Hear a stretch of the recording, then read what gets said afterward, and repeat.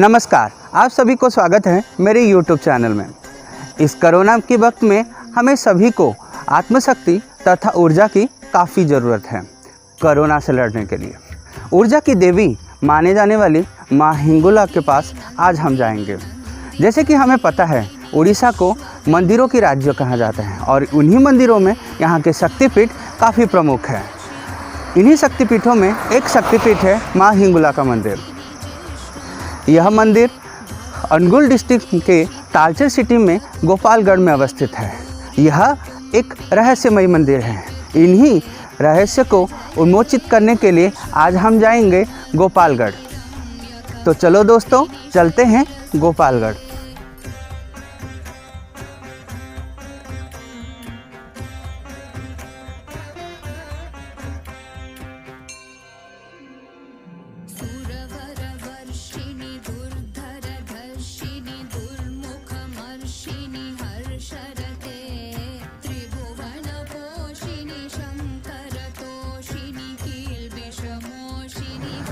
तो दोस्तों, हम पहुंच गए हैं हिंगोला मंदिर में। जैसे कि हमें पता है, हिंदू पौराणिक शास्त्र के अनुसार ब्रह्मा, विष्णु और महेश्वर को प्रमुख देवताओं में माना जाता है।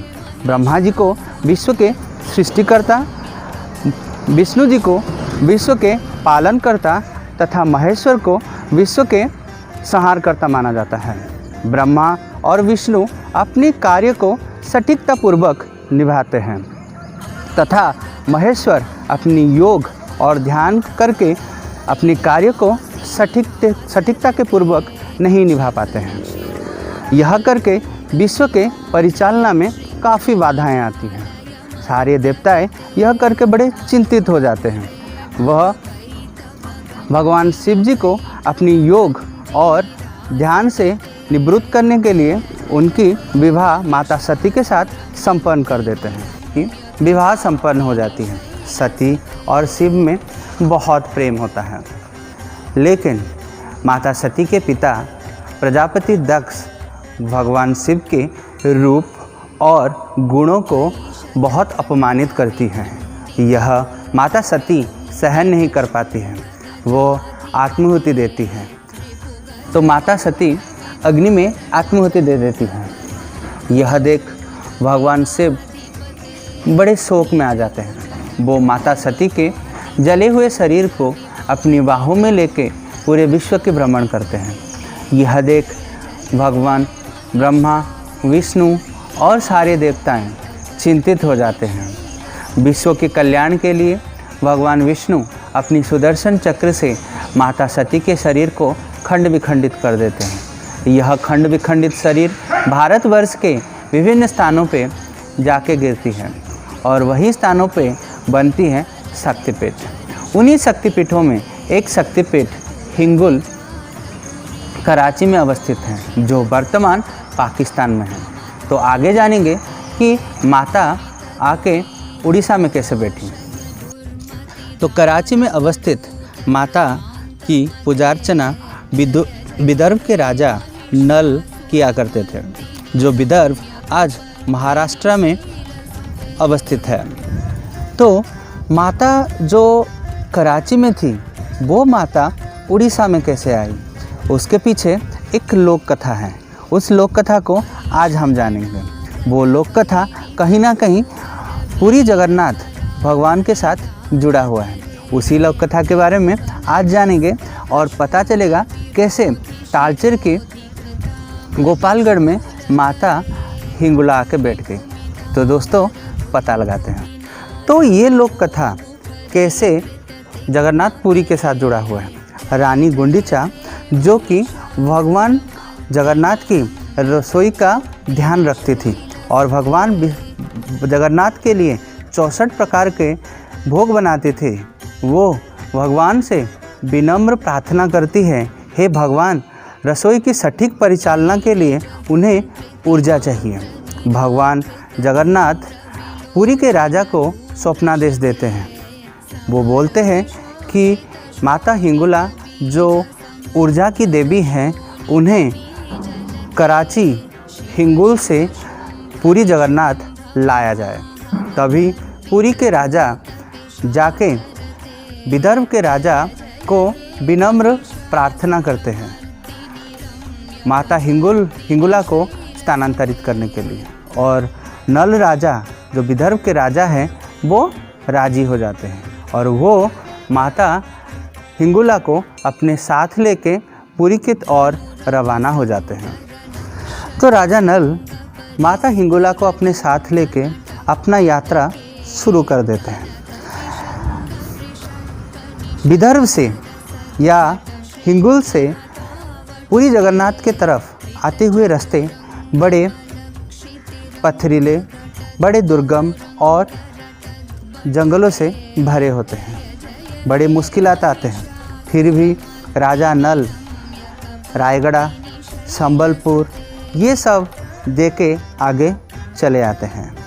आगे जाते जाते अनुगुल के गोपालगढ़ तक पहुँचते पहुँचते शाम हो जाती है। तो वो माता को प्रार्थना करती है कि माते यहाँ पे हम विश्राम करेंगे। तो रात को वो वहाँ पे विश्राम करते हैं। सुबह जब उठ के वो अपनी यात्रा को जारी करने के लिए माता को प्रार्थना करते हैं तो माता मना कर देती हैं। माता यहाँ के गोपालगढ़ की अति सुंदर वातावरण को देख के आगे जाने के लिए मना कर देते हैं। इसी तरह माता आके गोपालगढ़ सिंगड़ा नदी के पास आके बस जाती है। लेकिन अभी भी माता जगन्नाथ मंदिर के रसोई को परिचालना करती है। अभी भी माता ऊर्जा से जगन्नाथ मंदिर के रसोई को शक्ति प्रदान करती है। अभी भी माता हिंगुला अपना ऊर्जा जगन्नाथ मंदिर के रसोई को परिचालन करने के लिए प्रदान करती है। तो दोस्तों यही है कहानी जिससे माता हिंगुला आके अनुगुल के तालचेर सिटी के गोपालगढ़ में सिंगड़ा नदी के पास आके बस गई है। ये हमारा सबसे बहुत ज़्यादा खुशी की बात है कि हमारे शहर में माँ हिंगुला आके अवस्थित की है। तो उनका नाम हिंगुला कैसे पड़ा? क्योंकि ये हिंगुल से आई है, इसीलिए उन्हीं का नाम हिंगुला कहा जाता है। तो दोस्तों अभी हम जाएंगे माता के दर्शन करने।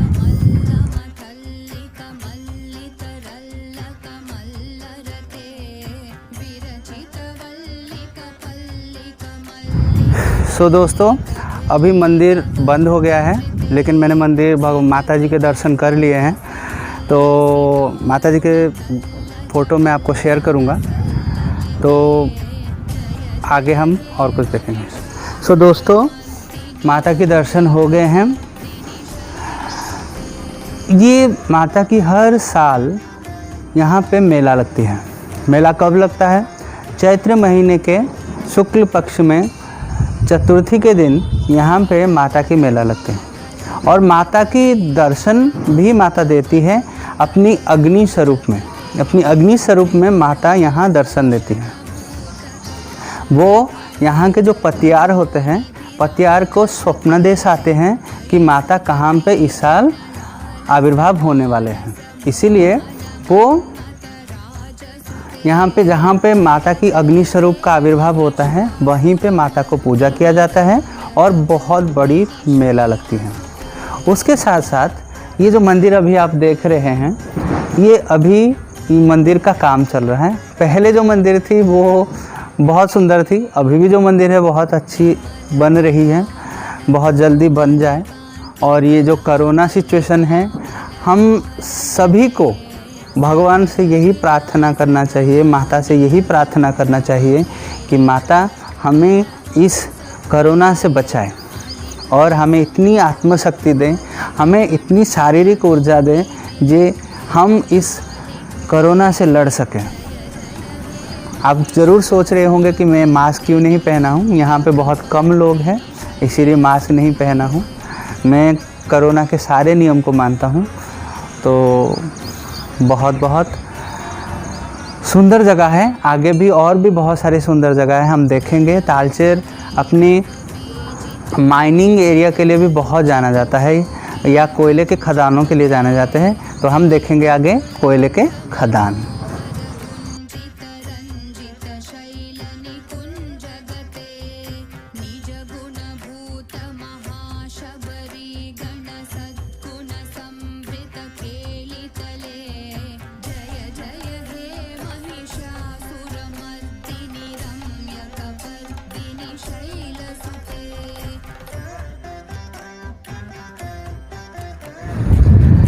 तो आप देख सकते हैं कितने पास में यहाँ पे कोयला मिलता है। मतलब लगभग ऐसे ही मिट्टी निकाल दो और कोयला मिल जाता है यहाँ पे। और यहाँ पे जो माइनिंग होता है नॉर्मली वो ओपन पिट माइनिंग है, क्योंकि ये पास में है तो ओपन पिट माइनिंग होता है। और ये माइनिंग नॉर्मली वहीं पे ही होता है जहाँ पे कोयला या फिर कोई भी मिनरल बहुत पास रहता है। हिंगोल एक ऐसा प्रांत है उड़ीसा का जहाँ पे ना खनिज की कमी है, ना संस्कृति की कमी है, ना जंगल की कमी है, ना वन्य प्राणी की कमी है। लेकिन कहीं पीछे छूट गया है अनुगुल। आज अपनी अर्थव्यवस्था को बढ़ाने के लिए सरकार बहुत बात करती है, लेकिन सरकार ये नहीं जानती अपनी अर्थव्यवस्था को बढ़ाते बढ़ाते कहीं इतना ज़्यादा प्रदूषण फैल गया है। प्रदूषण कुछ ज़्यादा ही है अनुगुल में, जिसके वजह से आज अनुगुल में हर इंसान परेशान है। आज अनुगुल में लोग पैसों के लिए कुछ भी कर रहे हैं और आज हमारे पास इतने सफिशेंट रिसोर्स नहीं हैं। तो कहीं ना कहीं सरकार और कहीं ना कहीं हम इन सब के लिए जिम्मेदार हैं। चलो दोस्तों, एक साथ होते हैं और हमारे अनुगुल प्रांत के उन्नति के लिए सोचते हैं। धन्यवाद। आप सभी मेरे YouTube चैनल देखने के लिए बहुत बहुत धन्यवाद। प्लीज़ लाइक करिए, सब्सक्राइब करिए और शेयर करिए।